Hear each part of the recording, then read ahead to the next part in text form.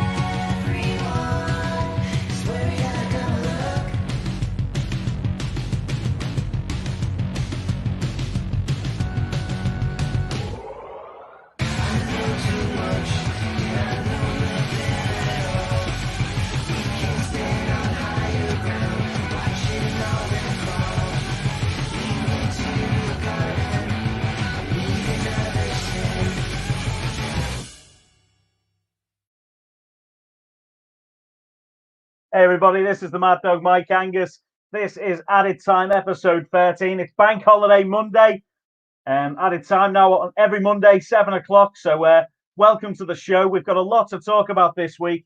And joining me to chat about football, as always, is the Fox in the box, Mr. Steve Watkins. Evening, Mike. You okay? Hey, Steve. Great to see you. How's your week been? Yeah, not too bad, thanks. Not too bad. Yeah, been up to much for the bank holiday at all, buddy?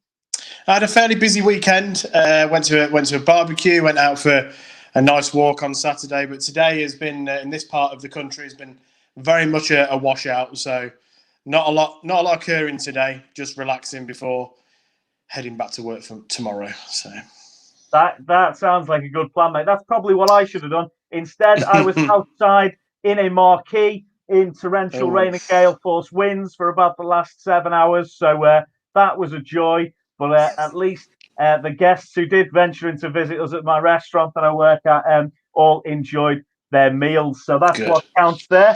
So, and we are joined by a very special guest as well this evening.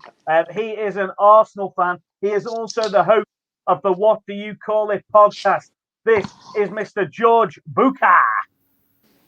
Hey, how's everyone doing? You all good? House. How's it going, GB? Yeah, I'm good, man. Not too bad. It's been a good bank holiday weekend. I paid the price for it yesterday, but today I feel good. I'm excited to be on Added Time and to discuss, well, Arsenal really. I think that's one of the reasons you got me on here, and I'm more than happy to discuss the shit show that it's been. Yeah, so I think it's our first Arsenal fan who we've had on the show. So it's we always chat about the Gooners. There's a lot of stuff that's gone on in the past. Only last week did we have the cool wall. We had Arsene Wenger on there. So legendary manager from Arsenal is Lewis in the comments. Lewis, great to see you, buddy. Hi, mate. And anybody who does have any comments, feel free to throw them out there. We'll keep our eyes on them and try and respond to any questions anyone puts in. Carnage Payne in the house. Good evening, Carnage. Good to see you guys. And Mark as well. Football's been a bore for Mark this weekend. So we'll start off, guys. We've got a lot to chat about, but I think we'll go straight on to we'll just get Brett Thomas's didn't know those guys are on. Is Stu on tonight? Stu couldn't make it, unfortunately, tonight. Yeah, we did reach out to Stu as always. I think he's on click and collect duty from what I've heard. And he was not happy, though. I can tell you that about Everton's fixture over the weekend, which we'll talk about in just a moment. But I think, guys, we'll start with the big one from the weekend, really, was the fact that I had booked off Saturday for the Man United-Liverpool game. It then got switched to the Sunday when I was working. So I was going to miss the match anyway, unfortunately. But as it was postponed. And it was absolute chaotic scenes at Old Trafford with the Man United fans, who were there making their point heard that they no longer want the Glazers involved as the managers there. So, guys, we'll go to Steve first. Steve, what did you think about this? It was sheer chaos, wasn't it, mate? Utter chaos. Utter chaos. It was. I knew there was going to be a protest. I'd read that that was going to happen. I wasn't expecting the fans to break into the ground and them to be on the pitch. They soon cleared, didn't they? I think, and then it looked like the game was probably going to go ahead, and then they appeared again back on the pitch and were having a good old time, nicking the corner flags and sticking a few in the net and stuff like that. A few of them had a ball, which you would naturally, wouldn't you? If you're gonna invade, a stadium, take a ball with you, absolutely. But it was interesting viewing. I was at a barbecue yesterday, and we'd got the TV in the garden. Obviously with the current restrictions in place, and we were watching it all unfold, and it was just. It was surreal, and Sky were frantically trying to pad, and they kept cutting to Gary Neville, who was giving these impassioned speeches about getting the Glazers out, and they seemed to be defending what was happening. But then you find out today that police officers were injured. One of them unfortunately cut his face. There was smoke bombs being thrown. They actually kicked a door in to actually get into the stadium, and if you want to protest against your owners, that's one thing, but to then cause criminal damage, assaulting people, that's not the way to go about it. You've got your right to protest, but the Glazers aren't there. There's other ways. There's probably other ways of doing it other than invading the pitch and injuring people. So no surprise really, as the kind of the time went on. No surprise that the game got postponed. Then you heard that obviously there was a protest outside the players' hotel as well. So yeah, it was always going to be a case of it wasn't going to happen. I just hope that we don't see a repeat of this now between now and the end of the season, and we're just going to get this every weekend. We could really do without games just being postponed. There's already enough fixtures. A lot of clubs don't need a pile up of fixtures, and we also don't want to see people getting hurt and getting injured. Like I say, there's ways and means of doing it. So crazy, surreal. That's football. It's unscripted best, I guess. Even though not a ball was kicked, apart from by the people messing about on the pitch. That's it. And they're trying to get their point across. There must be a better way to get hurt though than causing yourself the loss of probably your favourite fixture of the season. Liverpool, Man United. For them fans. Surely they would have wanted to watch that game. Obviously, it makes a bigger point, a bigger statement than making it at that particular fixture. But yeah, we'll have to see now. There's going to be all sorts of fixture congestion coming up towards the end of the season. And what will happen with fans being allowed in the ground? That's going to be a real risk if they're pitch invading when the ground's not even open. The security is going to have to be massive, especially for these games when we're opening up. They're saying everyone's going to have one fixture before the end of the season with fans in. One home game each. Yeah, that's it. A lot of fans have got points to make. And obviously, security is going to have to be top notch. George, what did you think about what happened over the weekend, matey? I have to sort of follow up and say I do agree with you guys, and I think as well that a lot of people are forgetting that we've only just come out of lockdown, and obviously with COVID breaches as well, like it's just taking the piss. But I am sort of a person that does agree with the protest because I think protests can make a difference, but I think they just went absolutely way too far with the damages and assaulting the police officers. If they, like Chelsea and Arsenal, I can't even say that Chelsea, I can't stand them, but, they didn't know no police officer assault or anything like that. They made their point and, they got their point across in a way. Yeah, there was COVID breaches, I get that, but they didn't break into the ground. Whereas United fans, I just think it's brought on a bad look for the United fans, to be honest. Especially some of them have to travel from London to get there. That's a little dig. Square, a nice little journey. I'm not joking. But yeah. Sonny, do you? Do you know Sonny, do you? It's not quite London. But no, I get like fans are angry, and I think especially not just United fans. Like I actually went to the Southend last week, and Southend have just been relegated to non-league football now. So I understand that fans are angry, but you just got to do it within reason, because otherwise you're just going to be proving them right in a way. Yep. Exactly. Yeah. So so obviously we were hoping to be joined by Sonny tonight to get his opinions on it. But I actually, Steve, I'm going to ask you: Is Sonny, or has he been at Old Trafford this weekend? Is that where he is? Has he been detained in some way, or? I can neither confirm or deny it, Mike. Well, hopefully No. we'll hear from Sonny this week and get his Yeah. opinion on the matter as well. Because I'm sure he's got a big opinion on that, being a Man United fan as well. And some opinions coming in from the fans as well. So Elsa Carnu says rubbish. Don't matter about a game between your greedy clubs that one's out. Okay, we need them stocked. All fans need to do it. Arsenal, Man United owners the worst in this. So there you have it. So Elsa there. Excellent. Okay, let's move on to some of the fixtures that did actually get played. We'll start, I think, with Leicester Southampton, because this was a game that was pretty interesting. It wasn't the best game by Leicester for you guys. Interesting. I think the sending off early on really had a big part in the game to play, and I want to get your opinions on that, guys, because the gentleman who was the referee for that one is somebody who I went to school with. He's worked so hard to get it to work his way through the refereeing system. You know, he's refereed in all the different leagues. But I think the guys on Match of the Day, I did catch Match of the Day this week, said they weren't sure about that decision. Now I'll go to Steve first, being a Leicester fan. Give us your opinion on this match and give us your opinion on the sending off. What did you think, my friend? Well, first and foremost on the match, it was a disappointing result for Leicester. Having seen them go 10 men down and knowing that Southampton are more than capable of shipping a lot of goals when they go down to 10 men, I think a lot of people expected Leicester to just go on and wipe the floor with them. Maybe not another 9-0, but expected, to make this quite a comfortable game. But Southampton have obviously learnt from those two big defeats, where in both of those games they lost players early on to red cards, and they sat in and made it so difficult for Leicester. Really, really difficult.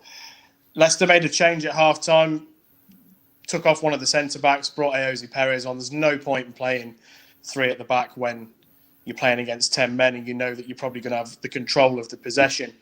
But they got the penalty. No complaints there. The current handball rule, it is a handball, even probably the old handball rule, it was probably a penalty. Well taken by Ward-Prowse, but then after that it was just Leicester. Leicester dominating. We just couldn't take our chances. Maddison, Perez all had chances before Evans scored. Vardy had a great chance near the end, which it's one of them you feel that last season would have hit the back of the net, and it's not quite happening for him. Look, I guess a draw is better than a defeat, and it's another point, hopefully, towards a top four finish. But I guess in the grand scheme of things, I hope it doesn't come back to bite us, given our last three fixtures are quite tricky. So, but in terms of the red card itself, and it was given for denying a goal-scoring opportunity, and I still can't decide whether it was a red or not. Now, from denying a goal-scoring opportunity point of view, absolutely, I completely get that. But he won the ball. What else is he supposed to do? I mean, we're in danger of the slide tackle being banned from football, and because when you slide tackle, your foot just goes through, and it was nasty, and it did catch Vardy, above the ankle. But was it a red? I don't know. The Southampton players seemed confident that VAR would even overturn it. I think it was Bednarak. You could see him saying to the other players, "Don't worry, they'll look at it. It'll get overturned. It'll be a yellow." And VAR agreed, and off he went. So it'd be interesting to see whether that one, similar to the Valbuena one the week before, whether that gets overturned as well. But yeah, I still don't know whether it was a red or not. I don't know how I really feel about it. How would I feel if that was the other way round? I don't really know, because it was denying a goal scoring opportunity, but he won the ball. So tricky one. But no, not an ideal result. But as I say, it's 1 point closer, hopefully. I just hope it doesn't come back to bite us. Could do, Steve. It could do. You just never know. The thing I read said as well that it was possibility of the unsafe play aspect of it as well. The fact he's followed for a dangerous tackle was the reason he got sent off. But the guys who were on Match of the Day, they didn't agree. Didn't think it was a sending off. GB, what did you think? Did you think it was a sending off, or No, I don't think it was either. it was a bit harsh? I mean, obviously, I don't really support both teams, but I thought it was a bit harsh, to be honest. Just didn't really think much of the games for us. I watched the highlights and match the day, but it is what it is. But I still think Leicester will get top 4. Yeah, it wasn't Leicester's normal. Wasn't Leicester's normal performance they've been putting in this season, unfortunately for you, Steve. Yeah. So but still, right up there in them high positions. The teams below you not always hitting the ground running, picking up them points that they need to put the pressure on you. So we'll move on to this point. We'll mention about Man City just briefly. They beat Crystal Palace 2-0 with Aguero and Torres net in there. A bit of an easy one for Man City by the sound of things. George, what do you think? Aguero's goal, oh my God, was amazing. It just showed, like, obviously it's his last season, but it just shows like he's still got it in him. But I think obviously it's just another strong City performance. Palace aren't actually a bad side, to be fair. So you can't clean sheet, 3 points, and sort of one step closer to win the Prem. But the goal from Aguero, if anyone's not seen it yet, go out your way and watch it. It was fantastic, unbelievable. Absolute peak. And we've spoke about him a couple of times. Just went the other week when we were debating where he would end up and everything. And I'm sure there's a lot of City fans out there who would want to keep him. If you are a City fan, feel free to reach into the comments and let us know your thoughts on Sergio Aguero, because he's been a great servant for the club, I believe, and really got you to some good places. The problem with him though is because he is a bit injury prone and he is getting old in football years. Yeah, I think at the same time it could be worth having him, but long term, there's just don't get wrong, like you cannot take away everything he's achieved. He's probably been City's best player, like fuck knows how long. But I have so much respect for him as a player. But I think it's just going forward. Is he really worth keeping because of his injuries and his age? Bit of a risk in the Premier League, certainly, with people picking up injuries for that length of time or whatever. So I think he'll do great wherever he ends up as well. We'll just brush upon Brighton Leeds, quite an interesting fixture over the weekend. With Brighton beating Leeds 2-0 at home. Leeds have been such an exciting team coming up this season. It's been great to see them. The first half of the season they were so exciting. I just feel like they've lost a little bit of energy in the tail end of the season, a little bit here. Probably missing a few players, a few injuries and bits and bobs. People there, I think, is Rafinha missing, and a few of their major players. And I think their season's just tailed off a little bit. And I hope that next season they come back rejuvenated, and it's like the beginning of this season again. I hope we don't have a sort of a Sheffield United story from Leeds. I'm hoping that they go from strength to strength, because I do enjoy watching them. And the way Bielsa had them playing earlier on in the season was was a joy to watch. But Brighton really to the sword there, a goal from Gross, and Welbeck with a cracking finish. It was the control, the touch just before that, and then he steers it into the bottom corner. Was another great goal, and it was I know Welbeck was he was at Man United, wasn't he, for quite a while? I think Sonny mentioned him a couple of times. He never really sort of got to the stage as they were hoping for him, but that was a cracking goal by him there. And Brighton there dispatched Leeds 2-0 at their ground there. So we'll go straight on to then Chelsea played Fulham at the weekend. Steve, did you get to see Chelsea versus Fulham at all? Yeah, I saw most of it. It was a pretty straightforward game, really, for Chelsea. Played really well. Havertz getting a couple of goals, and he looked comfortable. It's been a tough first season for him. I think he's found the pace of the Premier League very, very different to the Bundesliga. I know he's had issues with COVID, and I think long COVID as well. So, but I think Tuchel will find a place for him in this team. Don't think he's necessarily a false nine. I think they got away with that because they were playing Fulham, who are unfortunately looking like they are going to go now. It's going to be a miracle for them to stay up now, but which is a shame, because I think we've said, haven't we, for weeks now, that we really like watching Fulham, and I think Scott Parker's a good young manager. So, but no, it was a straightforward win for Chelsea, and I can certainly see them. I can see them finishing top 4 now. And Yeah, I'm a bit gutted how well they're playing, to be honest, because we've obviously got them in the cup final in a couple of weeks. So I'm not looking forward to that.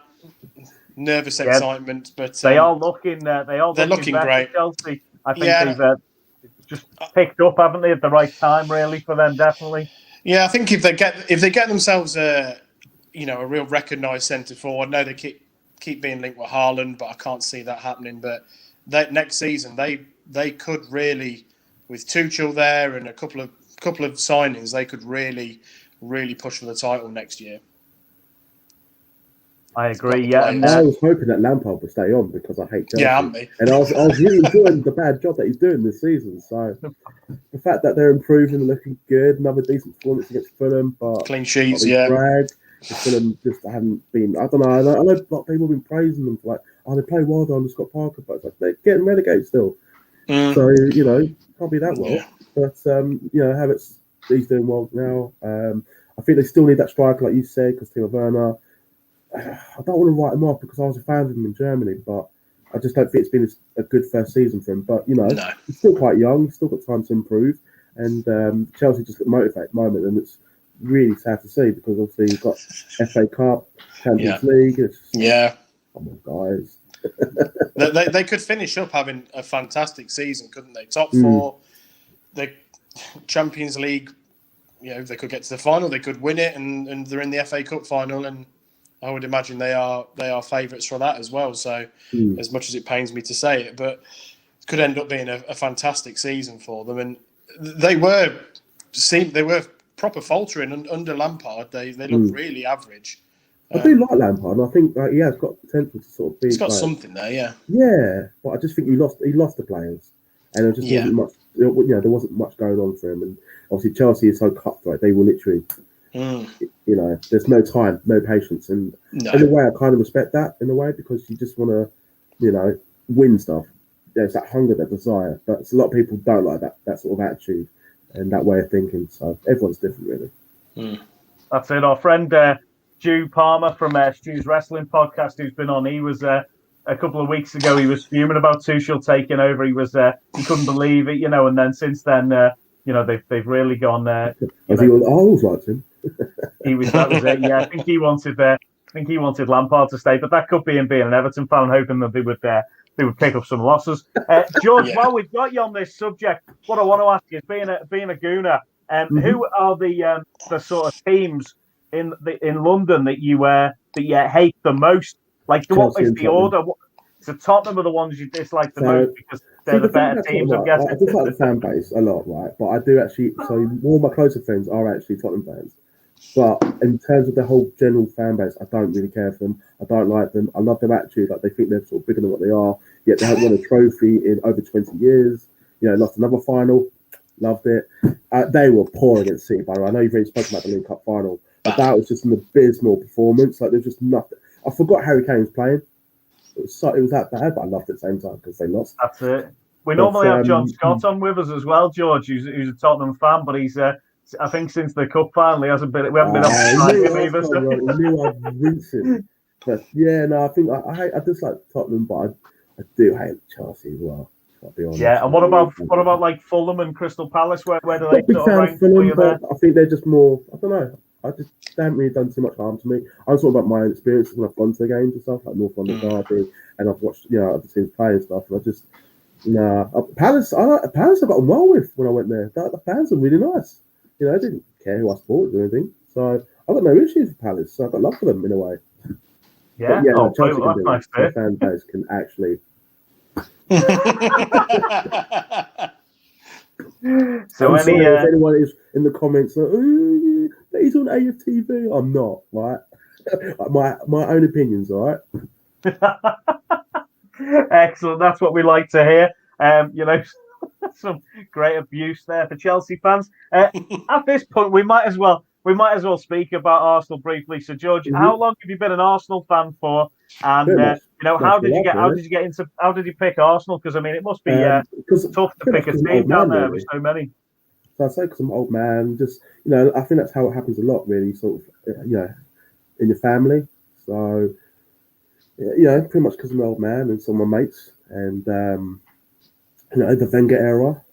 for the first 10 years was magnificent, and then the Emirates era happened, and then we've won the FA Cup, Community Shield. Want to brag about that, but it's just in terms of being title contenders, like last few years, it's just slipping further and further.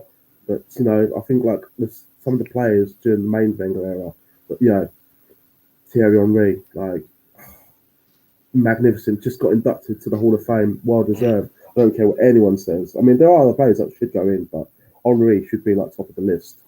But yeah, no, times like this, to be a fan, you just get deflated, I mean, you still watch it, but it's hard to get motivated. But it was a good performance against Newcastle. I can't deny that. Martinelli, I just wish he started more. I think that some of the games where like Williams played, and I know it's a popular thing to shit on William, but he just hasn't justified his price tag. And I'm saying that because he's free, but in terms of his salary, wages, his wages, man, like he's just not justified at all. But yeah, no, I was happy. Overall, I was happy with the performance, especially after losing to Villarreal in the Europa League. Obviously, we've got them again this week. I forget it's Monday, so it's a good confidence booster for the players. Bamian scores, so can't really moan. Anelni gets his first. I was happy for that, even though Bamian completely miskicked that. Completely miskicked. But he got an assist out of it, so he can't moan. But it's just like Bamian, isn't it? It sums up his season. But then he gets the goal later, and that was a good goal by him as well. Great goal. Excellent. Steve, did you get to see Arsenal Newcastle at the weekend? What did you think of that one? Yeah, I watched it with a couple of Arsenal fans yesterday, and it was it seemed fair. I mean, Newcastle aren't they're not great, are they, Newcastle? But it doesn't take anything away from Arsenal. I think the nervousness, especially with the Arsenal fans I was watching it with was the longer it stayed 1-0, the more likely they felt that Newcastle were going to nick a goal and end up being a draw. Even though Arsenal were the far better team. But yeah, it was great goal by Aubameyang, and I think he scored a lot of goals, hasn't he, against Newcastle? I think they're his favourite team. So yeah, got his customary goal. I think they haven't actually won a game. I think they've only won one game in the last 20 games against Arsenal. So yeah, got to continue that really. But Newcastle just haven't been. They've got some decent players though, like St. Maxim, Wilson, who I really rate highly. So I mean, I'd have him at Arsenal. But yeah, I think Steve Bruce he ain't going to take him any higher, is he? Do you really think they'll challenge for the title, even challenge for Europe under Steve Bruce? I don't think they'll do it under the owner either. I don't think that helps that situation. See, he's an owner. Like, where's the protest for him? I know he didn't go to the ESL, but like he's just like, I'm not proud of it. No, I think Newcastle's another club though who have slipped away. Back in like the late 90s, they were real contenders. With Shearer and Ferdinand up front at one point. And they won the title, didn't they? Newcastle won the title, or they come second? No, they came second. They should have. That's when Kevin Keegan did that. That was it. Yes, I love it. If we beat them, literally United winning the season, and I think they were like 14 points above or something like that. Something like that, 12 or 14 points. Yeah, embarrassing though. Then they literally let it slip away. And then since then they've sort of slipped away, haven't they? So. Roy Keane's book, the second one, and I have to quote it, but he basically talks about Newcastle, why he doesn't like them or Shearer. He's just like, well, they're effing arrogant for no reason. They haven't won anything, but they act like they have. I just have to bring this up because it's funny because their fan base still have that mentality, but Yeah, it's a shame because they are a big club. Like when we went to Newcastle, they've got the ground and everything with the Bobby Robson statue and all that. It's great stuff going on, but yeah. Oh, Rambo didn't know we're on tonight. Sorry, Rambo. Yeah, we switched to Mondays from now on. So Monday at 7:00, catch us every week. Feel free to drop any comments in and let us know what you guys think and what you've been up to. What's your opinions on Newcastle's, slow demise that we're watching in front of us? Who knows? They might make some big signings over the summer. They could be. Yeah. Oh, I think they'll definitely stay up now. They're 10 points clear now, aren't they, of Fulham? So I mean. When we first started the show a couple of months back, we sort of thought Fulham might creep out, but it just hasn't happened for them, has it? And West Brom are playing now. I believe they're 1-1 with Wolves in the second half there. So that's a big result for them, but I don't think it's going to be enough to to get them out of that bottom three. Unfortunately, it looks like they're the teams that are going to be so Sheffield United have already gone. It looks like it's going to be West Bromwich Albion and Fulham, who are going to be joining them in the Championship. And who have we got coming up? Norwich are coming up, aren't they? That's quite an interesting one. Always. I really hope Brentford come up in the playoffs. Yeah, I'd like to see Brentford come up. I was gutted about them not going up last year. Like I was their last game. It's just the timing. I couldn't make it up. It was against Sheffield Wednesday when they battered them. It was like 4 or 5-0, and I happened to be at the last game at the Griffin Park. I was like, couldn't create it. It was fantastic. It was the four corners pubs, and I just absolutely loved it, man. It just made me feel grateful, but at the same time, sort of a bit sad for those that couldn't, say goodbye in a way. Yeah. So I got myself lucky then, but yeah. That'll be interesting to see next season. I'm looking forward to next season already. As we're coming towards the end of this season, we have 4 or 5 games left now, depending on if any of your fixtures have been rescheduled due to protests. So look forward to the season. Added time, I'm sure we'll carry on right the way through because we've got the Euros and we've got some really interesting stuff that we want to focus on in the next couple of weeks as well. We're going to be looking at I don't want to give too many spoilers away, but I think we're going to have some like fantasy England teams and things like that, and Euros, best Euros teams ever. Some great little call-ins and stuff like that for me to get involved with. So that should be really fun. Other matches from the weekend, Steve. I know you watched Tottenham versus Sheffield United. Now, a lot of us have predicted the high-scoring one in this one. It was higher than any of us even predicted, 4-0, with Gareth Bale hitting a hat-trick. So, Steve, take it away. Tell us all about it. What happened, mate? Just straightforward. A team that's already relegated, and they couldn't cope with Gareth Bale. As simple as that. Or Serge Aurier, which kind of tells you a lot about Sheffield United, to be honest. But he was just Bale was fantastic, and he made it look easy. The first goal was superb. He knew exactly what the keeper was going to do. He knew exactly what he wanted to do. And then after that, it was just a piece of cake for him. Second goal was great, just burst through. He's still got that pace. You do wonder sometimes when he does start those fast runs whether his hamstring's going to go ping or something. But because sometimes I've watched him play this season, and I've thought it's still there, but his legs won't take him. But he looked back to his best yesterday, and some people will argue and say, well, he's effectively playing against a championship side. You expect him to play well, but you can only play against what's in front of you, and he was great. And then Son got the fourth. All round a decent performance of Tottenham. They definitely needed it after that cup final where as you say they were dreadful. But it'd be interesting to see. I think it's interesting to see with Tottenham, with the manager. Who's that going to be? Is Kane going to stay? Is Son going to stay? I feel like it's a big rebuild at Tottenham. I look at the team yesterday, and I know they won, but you look at like the back four and the goalkeeper, and it doesn't fill you with. If I was a Spurs fan, I'd be thinking we probably should be doing better than these players we've got. But they've got some great players. Don't get me wrong, but I think defensively and maybe the goalkeeper they want to be getting back up and challenging for top four, then they need to be strengthening those areas, definitely. But keeping Kane will be a big ask, I think, in the summer. That's what I was going to say. What would happen to Tottenham without Harry Kane? Are they is that the end of them then? Is that the rebuild's over? Harry Kane goes, and is that the end of the goals? Who do they need to bring in? Who can they bring in that can fill that gap? And I'll go to you, George. I mean, you want Harry Kane to go, don't you? Absolutely, man. I mean, if I take off my Arsenal hat, but I do, he's not going to win any trophies. I'm not saying, he needs to come to Arsenal, something like that. Yeah, I mean, I'll take him, but we can't afford him. But I think in order for him to have more success, maybe something Alan Shearer wish he did, but he actually won the Premier League title with Blackburn. I believe that Harry Kane does need to move on to another club. Which club, however, that's a different question. Maybe go abroad, Real Madrid, Barcelona, or City want to pay. I think Tottenham would be stupid to reject. If they can get 3 figures for him, I think they'd be stupid to turn it down. Yeah. But do you remember when they sold Gareth Bale, who, funny enough, we talking about getting a hat-trick, actually reminded me of the old Gareth Bale before he went to Real Madrid. Yeah. But it could be a case of they sell him for a ridiculous price, bring in some players, and it didn't really work out for them, did it? When they brought in like 5 players. So I would love to see him go, but if I had to be just a football fan, and who would I bring in if I was a Tottenham fan?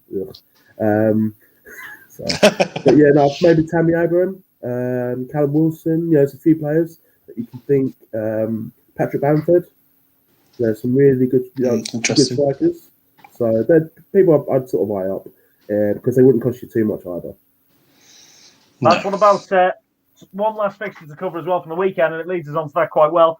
Striker in form, Ollie Watkins. For Villa, he's been banging them in, and he got another one against Everton. Everton's home form has been abysmal. They were saying after the bottom 3, it's the worst in the league, and I thought we had a bad spell, but Everton have had no luck at home at all this season, and I think a big thing about it, I'm gonna agree and say, it is the crowds missing. I think the home crowds at both Goodison and Anfield is just a massive driving force, for your players. And I feel like you'll see a lot of changes next season when the fans are back in. I do think you'll see teams who have been underperforming at home suddenly back on it completely, and it could it makes next season even more exciting. So we can see what's going to happen. We might get a taste for it at the end of this season when there's fans back for the 1 or 2 games, wherever it is at the end of this season.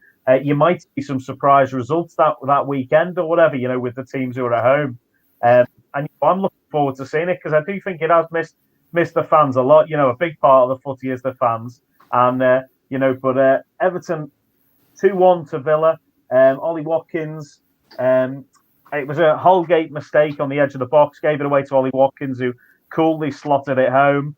And then Dominic Calvert-Lewin with the goal for Everton got them back into it. And he had another couple of there was another header later on, which was quite a brave one that he went for. Quite a low diving header that he went for that went straight to the keeper, unfortunately. But then it was El Ghazi who finished it off on 80 minutes with a great shot. And I'm sure Chris and Stu would have loved to have come on and told us all about Everton and what happened there. But I don't think they've been allowed on because of the result. So, Steve, what did you think? Everton, not their another poor home performance by them, really.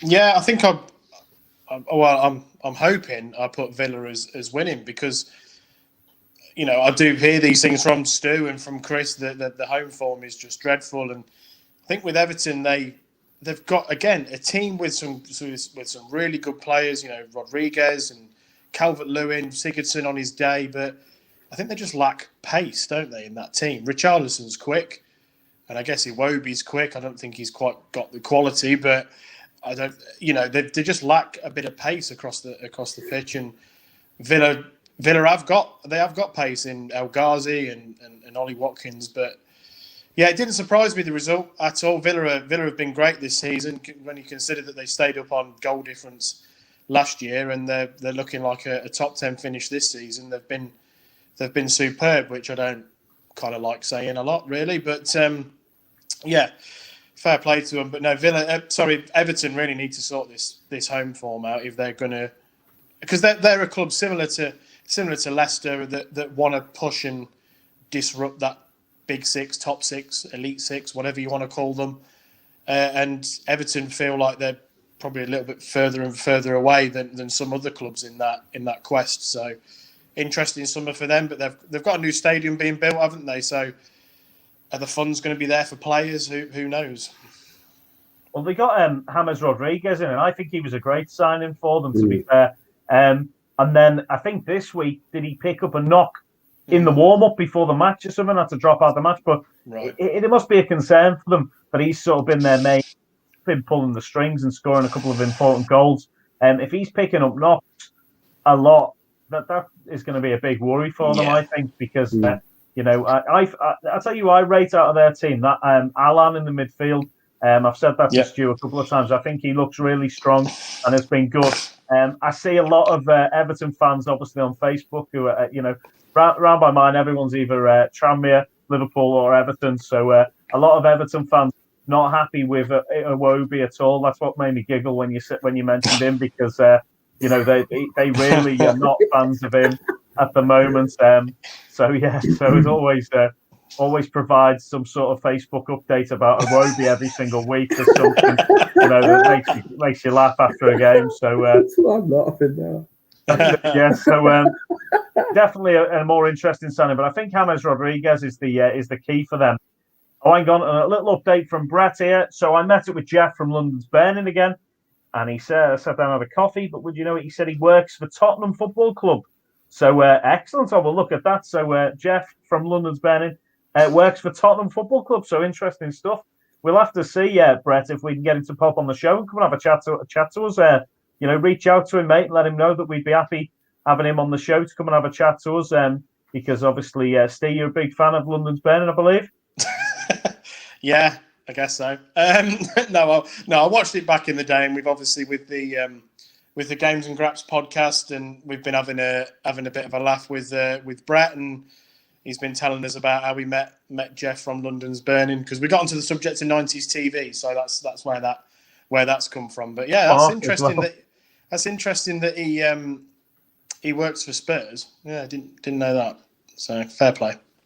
To keep our eyes peeled, see if we can get him on. There must be a lot. Obviously, all the celebrities, sport football teams. Interesting one was Triple H. Is a West Ham fan, isn't he?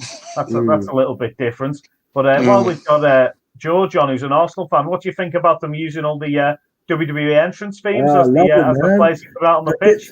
Because obviously I love wrestling as well. I get tagged in it every time, like on the BT Sports page. Comes out to Triple H, comes out to Kurt Angle, Stone Cold. I'm just like. It just makes me smile so much. Wrestling and Arsenal combined, and then we go out and play awful. But the halftime's great, though. That's my highlight. And just to go back quickly on the Iwobi, I slated him for years, right? And everyone's like, he's alright, he's so young, he'll come good. It's just like only the final third, he's just such a mess, and like his dribbling it's all over the place. And I love the fact that he just isn't doing very well, and the fact that Everton were willing to pay 40 million for him just made me laugh. It was like one of the best things Arsenal's done recently, and I think one or two Everton fans like, he's quite cheap, he might progress. Yeah, right. And I think Stu will agree as well. If he was to be on right now, so I've spoken to him on Facebook about it, like how bad he is. Yeah, I think that would be definitely a Stewie rant moment there if he'd been involved in this one. I think he'd be later on when he sees this. We'll probably get some voice messages for about 2 minutes long about that on that topic. Yeah. So we'll have to. Voice messages, that's it. We've got that to look forward to hear from the Welsh wizard himself. Always look forward to that. But at this moment, we'll just take a quick break, guys, and check out what we've got coming up on Powered 4 TV in the next few weeks. So check this one out.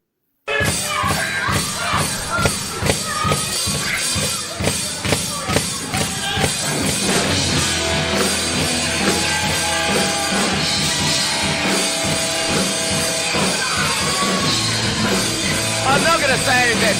I'm just going to enjoy Jesse's demise.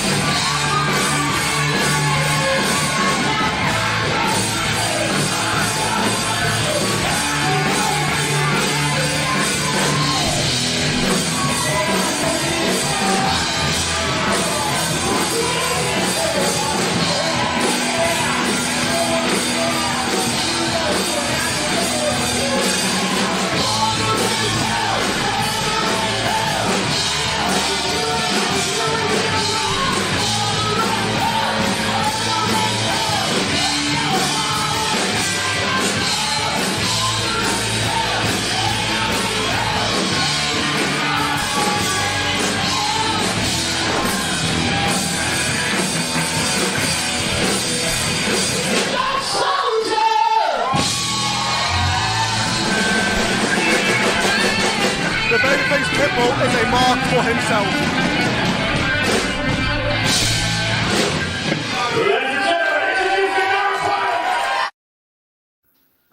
Excellent. Born to Raise Hell there, the guys from PW4U in Stoke-on-Trent, who always enjoy going to check out their shows. My son especially loves popping down there to catch up with Phil and the gang. So yeah, great stuff. Glad to see that they've joined onto Powered 4 TV. Look forward to seeing some more of their shows. Obviously, the legendary Keith Myatt always seems to pop up in Stoke, so always a good show. And yeah, looking forward to seeing more from them in the next year as we as we come out of lockdown and everything. Everywhere's going to be booming. Cannot wait. Quick question for Brett there that I missed earlier. Does anyone know John Scales? I saw him in the 90s with my dad's stuff. 11. We pulled over and he said, because he had a flat tire. Nice man, but he was angry that day. Yeah, I bet he was, Brett. Yeah, John Scales. So yeah, he played at Liverpool for a bit, didn't he? And yeah, I think anytime you get a flat tire on the M11, you're not going to be happy about that situation. No. I believe when he defended, and Mark Wright was in the Liverpool team in the defence at the same time. I looked after Mark Wright in my restaurant last week, and he's a nice fella. And I really enjoyed his meal. So yeah, excellent. Good to hear these updates from these past players. Good to hear they're still doing well. So excellent. That's good to hear. Give us any updates about anything like that. Any times you've met a famous footballer, or or been a big fan of anybody and bumped into them in a strange situation or circumstance, feel free to let us know all about that. Obviously, I met Gaza at WH Smith for a book signing. That was nice. He was good banter. No worries, Brett. Yeah, keep us updated, mate. It's always really great to hear all your stories and very interesting. Anyone who honestly, anyone get in touch with any information like that. We always love to hear any little stories like that. We'll just take a moment now before we carry on. We're going to be talking about in just a moment Sunday League football. But before we do that, I'm just going to ask George just to tell us a few bits about himself, and especially about his wrestling podcast that he does. Let us know all about it, man. Who have you been interviewing recently, and what have you got coming up on the show in the next few weeks, just so our listeners and viewers can check it out? That's cool, man. I always appreciate a cheap plug. So basically, the podcast called What Do You Call It? Podcast. And I started it in February. And basically, since then, I've had Just Incredible, Headbanger Mosh, Nick Aldis, NWA champion, Maddie Winkowski, who's currently on AEW. I also had Mad Dog Angus on there, my boy, who I'm currently with at the moment. I've got Stu's Wrestling Podcast coming on soon, Larry Sabisco. I forgot that person's name. That's really bad. I've got George Russo coming on. He's an actor. So he's coming on. So that should be good. Because I also want to sort of do non-wrestling podcasts as well. Sort of mix it up a little bit. So that should be quite cool. And so basically I've got people coming on. I've got Gregory Irons. Completely botched the name. Hopefully he's not going to watch this. If he does, I do apologise, mate. But yeah, no, I'm sort of always looking for more guests, to be fair. But at the moment, I've done about 17 episodes. And I'm going strong. Smashing it, mate. No, it's great to see. And I watched a couple of your episodes, and that's why I reached out to you in the past to have a chat to you, because always very entertaining, and I enjoy your questions and everything. Really good work. I need to catch up on a couple of the episodes I've not seen that you've got put out recently, but after this bank holiday, I might have a bit of a rest at some point and catch up with a few of those. But I appreciate it.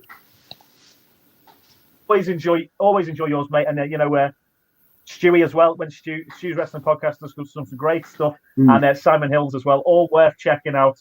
And there's quite a few of them available on Powered 4 as well, so make sure to keep your eyes peeled for those on here as well. We'll go straight on to the Sunday League football thing now. So I was going to ask the question first of all, lads. Have you both played football in the past yourselves, either five-a-side or Sunday League football? Yeah. So I'll go to George first. George, just tell us, who did you play for, and give us a couple. If you've got any stories you want to tell us about it, just give us a little recap of your career. What have you done in the past? What do you want to tell us? Football career for Sunday League football. So I have done the Sunday League, Sector League. Played for like a season or two for Woodcutter's Pub. That was eventful. Most players were hungover or just not in the best shape to play. I mean, I'm not in the best shape now, but I'm going back a while ago. I've done five-a-side, so that was a laugh. But Sunday League was, when I had the energy, it was fun. If we can go a night out, get in for like 4 or 5, get up at like 9, make the journey there, like places like Basildon or Candy or like real shitholes. and I really had nothing to just because they might mod me later. But yeah, it's just like I broke my ankle during the game, and I played on because we didn't have any subs. I just had to literally go out there and just be a body. So that was not very fun, but we won still and kept the clean sheet. And I may have done like some dirty challenge and just got away with it. I was just like, no. But yeah, it was eventful, man. I enjoyed it. But I've only got one goal to this day, and I was offside, but it doesn't matter. It still counted. So they all count, even if they're offside in Sunday League. There's no VAR there, mate. That's it. they do that in, mate. I'm done. And what about you, Steve? Did you play at all? Are you still playing? I'm not playing now, unfortunately, and my current physique shows it. But when I was I think I was like 17, I played for the Tin Hat pub in Hinckley. That was interesting, playing with people a lot older than me and whatnot. So that was an education, and then I played a lot of five-a-side football. We had a team originally called the Colombian Cartel, named after the one of the factions on the original GTA games, and we had the full Colombia kit, and then we just ended up being the Cartel. That was sponsor, yeah. You are sorry. I said the Gaza sponsor you something. But yeah, we played a lot of five-a-side. There was a really good five-a-side league in the local area back in kind of what would it have been 2003 up until about 3 or 4 years ago. It's still going now. It's just not as good as it used to be. I guess it's one of those you hanker for the old days. But and then I started playing Sunday League again a few years later, and I played for the Prince's Feathers, and that was just great because a lot of us were all the similar sort of age. We decided we were going to, start this football team, and we started in the bottom division, and there was only one team that we beat twice all season. That was our big rival game against them because they were the only team that we could beat. But I worked with one of the guys that I used to play with, and I see him in the office, because I still occasionally go into the office, and we always end up talking about the good old days at the Feathers. And funny story that I could tell at this time of night. We had one guy on the team who was famed for having a really long throw, Rory Delap style, could throw it probably from the halfway line and reach maybe the penalty spot, 6-yard box, hell of a throw. That's Ben Chandler-esque, isn't it? From yeah. Oh no, Dave. What was his name? What was the Tranmere Rovers lad? Davy Chandler, was it? David Chandler, yeah. Yeah, he had a heck of a throw on him. So this lad, he's lining up, got this long throw. We're going to, obviously into the box and try and force them into a mistake. And he goes back, and then he just disappears into a hedge. Just completely disappeared. Just completely. And he was one of the lads in the pub who was a proper character. So everyone was just, but he played up to it. But I had some really good times. I think unfortunately, I was quite injury prone. I think Sonny would probably be laughing right now if he was here. But I was quite injury prone, so I kind of gave it up. And that particular team, they ended up moving to a different pub, and it all got a bit too serious. And it's Sunday League. You just want to, like you say, you want to turn up hungover, go to the pub afterwards, eat the food that's been put on by the pub, have a laugh, watch the 4 o'clock Sunday game, go home and think, oh, I'm going to go work tomorrow with a headache. So all bruises, yeah, exactly, yeah, hobbling into work. What happened? Well, some 6'5", 23 stone bloke crunched me on. But no, good times. I wish I could still play. I qualify for the. Unfortunately, now I qualify for the Vets League now. Over the Masters. 30, over 35s. So I've only got a few more. Oh man, I'll smash that league. Well, the thing is, I just about qualified. I thought to myself, do you know what? If I get myself fit, and I might take it up again. And then I remember I got told some of the people that are playing in that league, and I was like, oh, God, I bet they're still amazing. I ain't going to bother, you know. Yeah. So, no, good times, good memories. But yeah, it's a different world, isn't it? Sunday League, it really I miss is. the characters you get there as well. Yeah, It's like, yeah. You always get like the one that's always hungover. You always get the loud mouth that isn't actually any good. You get the other player that's always got like the nice kits and the fresh boots, and like they think they look like Ronaldo, and then they actually like playing. You're like, you are dreadful. I remember like seeing people like smoking at half time and before the game. You're like, oh, it's gross, man. It's like, unbelievable. How are you doing this? Lads, there's a couple of things relative always playing. A couple of things I was going to mention that should ring true to like every player who's ever played. One is the getting the kit at the end of the game. Who's doing the laundry? If you've scored, you get the kit, or if you get a yellow card, you've got to take the kit home for everyone. Taking that down the laundrette, that was always chaos round by ours. Everyone would be in the laundrette on a Sunday getting the kit done. Who's taking the nets down as well in the posts? Oh yeah, everyone's nailed and the nets are still up. when it's still -5, you know. And, I had to be a linesman once because linesman didn't turn up. How was horrendous. I was linesman quite a bit. I was like, you're not playing this week, are you, Steve? No, I've got a little niggle. But you're okay to run the line, aren't you? Yeah, okay. I think you just get dogs abuse. And you're like, mate, tell me about it, man. Mate, you were miles offside. And then you get calls. Do your job. This isn't my job. Yeah, I will do my job tomorrow. You know? I'll see at the end. Just like, mate. Oh no, yeah. Hey lads, as well, there was always somebody who'd like bathed in DP for the game and after the game, stunk a bit. There was somebody like he needed that just to be covered in it, lathered in it. You could smell them a mile off. That was covered in the DP. So I don't mind DP guy, knees, ankles, coming back to me now. The fresh mud, well, say fresh, and the deep heat. Oh, yeah. Oh.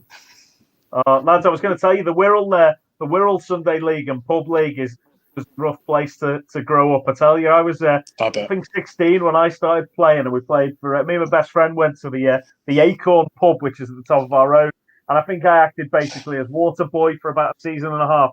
And you'd see these games descending into chaos, and there'd be fights kicking off, and as like a 16-year-old, they'd be like, get warmed up, and you'd be like, no, I don't want to go on. But so I as well, I played for Bennington Athletic. That was my geography teacher at school was the manager for them, and I ended up mainly on the bench, but playing for them as well. And there was a couple of lads from a couple of years in school above us who all played for them, and they took that pretty serious, But it was always in the railway pub afterwards, trying to get the 16 and 17-year-olds are in there trying to get a pint or whatever. It wouldn't happen these days. You need your ID, don't you? But back then, it'd be the chip butties coming round after the match and everything. Always good banter. And then when I played at uni, I played a bit more at uni. Played for the Ellerslie Old Boys for Ellerslie Hall. And, we had a great little team there. Some cracking stories, none of which I can probably reveal on this podcast, but I'm sure if we ever catch up and have a pint at some point, I could tell you a couple of them. But the one I can tell you is there was I won funniest moments of the season in the awards ceremony at the end of the year after scoring a goal in five-a-side. It was our five-a-side team against Chemistry, so Leeds University Chemistry, and I hit a bad shot, and it hit the keeper right in the balls. And keeper goes to the ground, but the ball came straight back to me. And I said, are you okay? As I slotted it in the bottom corner. Are you okay? So brilliant. So I've absolutely put the keeper down and any chances of children in the future, So fighting the duels. And then buried it in the bottom corner. I said, are you okay? Proper genuine. Whole team were just in pleats laughing, I genuinely asked why I scored as well. I obviously finished that off, but man gets hit in the groin, isn't it? Hey, another funny one, guys, was when I was at university, I worked as promotion manager of a nightclub, Creation nightclub in Leeds, which is quite a big nightclub. Anyone in Leeds will probably remember it. It's the O2 Academy now in Leeds. But we played in the Bar and Clubs League. And bearing in mind, we were in work till 6 o'clock in the morning every Saturday night. We played Sunday lunchtimes, so it was like 12 o'clock Sunday. We played in the bar and club league, and the team we won the bar and club awards as well when we were there. So we must have had some decent players, but none of us had any sleep. I tell you that for sure. That was at the weekends, and it would be up all night working, and then straight to footy on a Sunday, and then you'd have to get a roast or something after to sort your life out. But always top banter. And I'm still playing at the moment a little bit. My friends have a team, the Chester Lions. So we train at Vauxhall Motors at the moment on a Wednesday night, and then our games are Monday nights. And we come up against varied opposition, some terrible players and some real mixed bag of players. So most of them sort of between 30 and 40. But it's always interesting to get involved in them fixtures. But anyway, we'll wrap that up now. If anyone does have any memories from playing in Sunday League or any great stories they want to share with us, feel free to add them into the Added Time group on Facebook, and feel free to message us on here anytime, and we can get back on and check the comments and get back in touch. And anything excellent that gets brought up or shared, we can check them out. What was that? Oh mate, Sunday League rest, by the way, they are terrible. Oh my God. Terrible. The abuse they would get, and I'm sure they still do. I think my favourite one with Sunday League when you're shouting is whenever you clear a header and you shout out, out, and then the other one is if you score or if they score, it's still 0-0, lads. It's still 0-0. It's like I remember when we played for the Tin Hat. We played this one team, and we were after every goal our centre back. It's still 0-0. I was like, when are you going to pack this in? It's 9-0. We're getting beat, yeah. Come on, lads, it's still 0-0. So I come. Bless them. There's always somebody hungover who's an absolute mess for the match and everything. So, but hey, and I think he used to always come in. He used to play hungover, but he was pretty damn good. I thought he was going to listen to it, like Jamie. He was so good. He'd be like puked up before the end, like. But then, like when it came down to like the past kickoff and stuff, they bang in like 2 goals at least, and just like brilliant. Oh, guys, excellent stuff there. I think director Rich has got a little treat for us all now. I believe he's lined up some sort of video for us to watch. I think you can. So this is the ultimate Sunday League football funny compilation. So check this out. Let's see what we've got. Oh. You'd have VAR checking that. This looks like my team here in the yellow and blue. I'm sure. Was it the bar? Oh, here we go. Oh, what a finish! He's netted it. That one that hit the bar. That was cracking stuff. Oh my God! This is like porn to Roy King. Look at that! You ain't going through. Whack. Oh. Get up! Come on, get up! Go on, Dave. Go Is that on. Robbie Savage then? Wheelbarrow. Get in the wheelbarrow.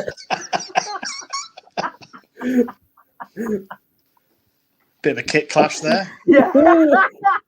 It's the tangerines versus the oranges here. Guys, it's meat and 2 veg, poor lad. Oh, look at that. Oh. There goes the boot. Oh, that's horrible. Oh, gets that last bit in, doesn't he? Oh. It's probably you only got a yellow. It was a Kinshasa, wasn't it? That was terrible. It's Sweden now. Good to see them there. Sweden. Fair play. Keeper, please. I bet he still talks about that goal to this day. That's it. Oh. I don't want to see the replay of that. Here, hang on. The managers are coming on here. What shall we doing? Oh, it's all going off, isn't it? Like, that's isn't that one of Everton's kits? Isn't that the one-to-one kit? They're all in there. Melee. Flick on. Oh, come on, son. Clear it. Oh, my God. Finally. If that was your defence.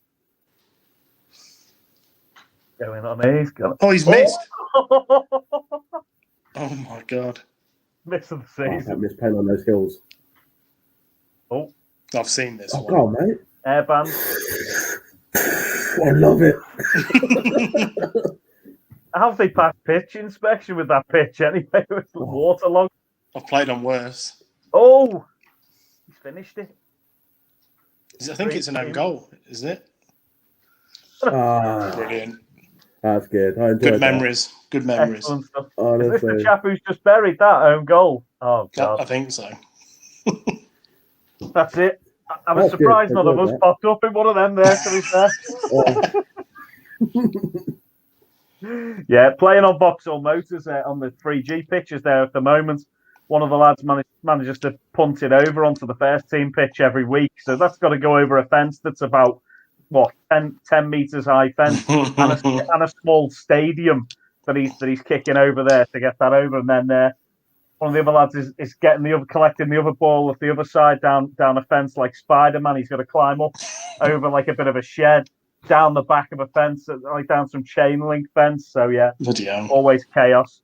But anyway, guys, that was excellent stuff. Brilliant to have a little chat about Sunday League footy there as well. On any time we talk about all levels. Anyone who's got any other good stories, let us know. We'll move on to our predictions for next week. I haven't had a chance to even look at my predictions. I think I've got all the matches though. So we'll do this as we go. So Leicester Newcastle will be the first match we're predicting, I believe. So Steve, I'll let you go first as it's your team. Leicester, what are you thinking? I've got to back the boys 3-0. Yeah, George, what do you reckon? What's your prediction for that one? 3-1. Yeah, I was going to say 3-1. That was exactly what I was thinking. 3-1 to Leicester there. So go with that. Next fixture is Leeds at home at Ellen Road taking on Tottenham. Ooh, be an interesting one. That. I'll let you go first. Tottenham. Oh, wrong one. Oh, sorry, George. 2-2. I'm going to go for Desmond. 2-2. And George, what do you reckon? 1-0. I think it'll be a draw. Despite I know Tottenham were pretty good, but Sheffield United are abysmal, and I think Leeds will get a draw out of them. Yeah. Fair play. I'm going to go for. I think Tottenham beat Leeds just 2-1. I just think Leeds have gone off the boil a bit. It'd be great to see them playing well again, but I've just got a feeling that Tottenham might just get the win there. And then next match is Sheffield United versus Crystal Palace. So Sheffield United surprised us the other week with a bit of a victory at home. So Crystal Palace have been a really entertaining team earlier on in the season. And then, I've not seen as much from them recently. So, Steve, what do you reckon will happen there? 2-1 to Palace. Okay, George, what do you reckon? 0-0. Oh, I think it's going to be a boring game. 0-0. And that's going to be the naff one of the weekend. I'm going to go. I think Palace will win 1-0, but I think Sheffield United might have something to say, but we'll have to see. We'll have to see. Next one's the one a lot of people are looking forward to at the weekend: Manchester City versus Chelsea. So, Steve, what do you reckon? Man City, Chelsea, because Chelsea looked a lot better recently. Is it Champions League this week? They're both playing, aren't they? This week. Is it this week?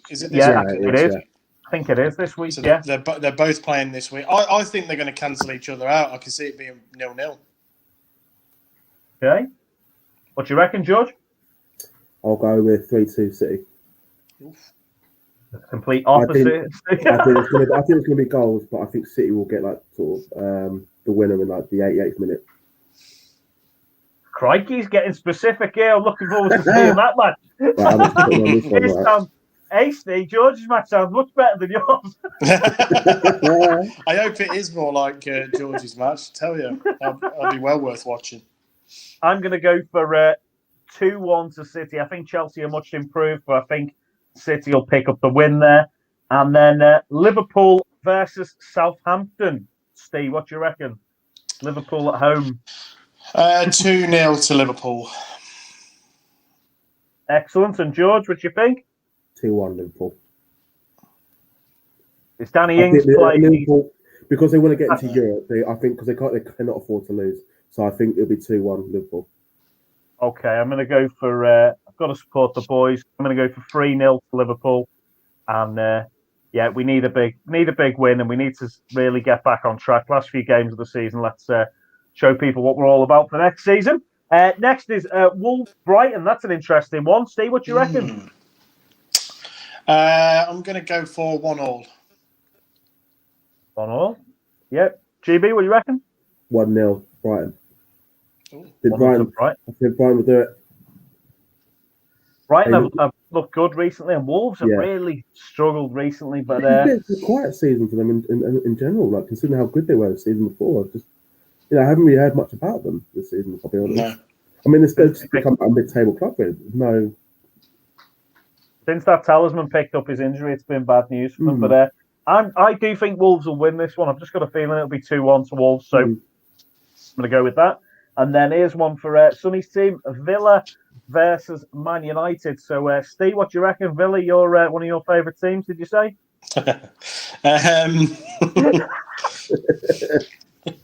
I'm going to go for United are pretty good away from home, aren't they? So 2-0 to United. Okay. GB, what you reckon? Well, I'd say the same. I haven't said the same yet, so I agree. I'll go 2-0 as well.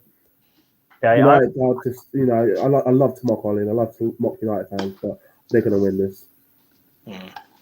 All right, I'm going to go for. I do think Villa will score, but I think United could very well win it. So I'm going to go for 2-1 to United, and then West Ham taking on Everton. So West Ham have been a bit of a surprise package this season under Moisey. And he managed Everton, so he knows what they're all about. But I think it depends who's playing for Everton, how they're going to show up. If Rodriguez plays, it can be a whole different kettle of fish. But Steve, what do you reckon? What's the prediction for that? I'm going to go 3-1 West Ham. Exciting one. Sorry, George, Steve. what do you reckon? 4-2 West Ham. Crikey. I'm going to go for... I just don't have that high hopes for Everton again. I'm going to go for 2. I'm going to go for 2-2. I think this will be an exciting game, but I think it'll be a draw. It will be good. So, so Stu and Chris, best of luck with that one. Big match for you. And then, George, your team, Arsenal, taking on West Brom. I'll let you go first. What do you reckon, mate? Depending on how we do this week for Europa League, because I think obviously that's going to be sort of a bit of a war. Hopefully, don't pick up any injuries. And I think this is how West Brom's been. I think I've got to get behind Arsenal, so I'll go with 1-0. Okay, Steve, what do you reckon? 3-0 Arsenal. And I'm going to go for 2-0 to Arsenal. I do think Arsenal will win that one. And we've got one other fixture as well to finish off the weekend. Next week is, I think the Monday night fixture is Fulham versus Burnley. So it could be an interesting one because Fulham, I've not had many good games, but could they beat Burnley, Steve? They could. I don't know. They're more than capable, I guess. They need a win. I'm gonna go Fulham. I'm gonna go 2-1 Fulham. Okay, George, what do you reckon? 2-2. Go for a draw. I've just wrote 1-1, so I'm going for that. I've just writing them as we've done that there. So 1-1.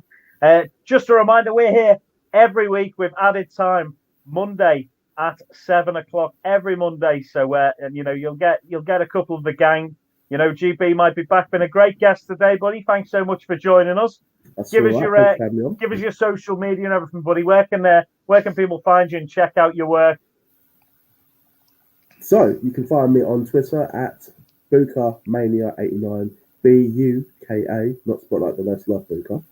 Also, you can find me on Instagram, GTBUKA89, so GTBuka89. But also, you can find me on Facebook via What Do You Call It Podcast, but GB before it. So GB, then What Do You Call It Podcast. I'm on YouTube. I'm quite active. So, if you want to sort of throw me a message, provide some feedback or any information, or more, make you an interesting guest on the show, hit me up. But yeah, that's how you can find me. And thank you for having me on today. Simply.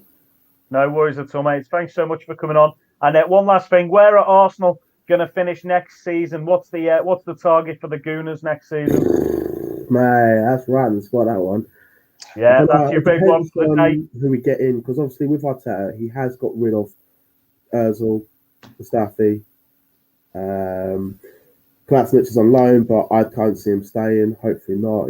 I don't care for him, and it's just a case of can he really get in his own more of his own players. Obviously, we need more defence.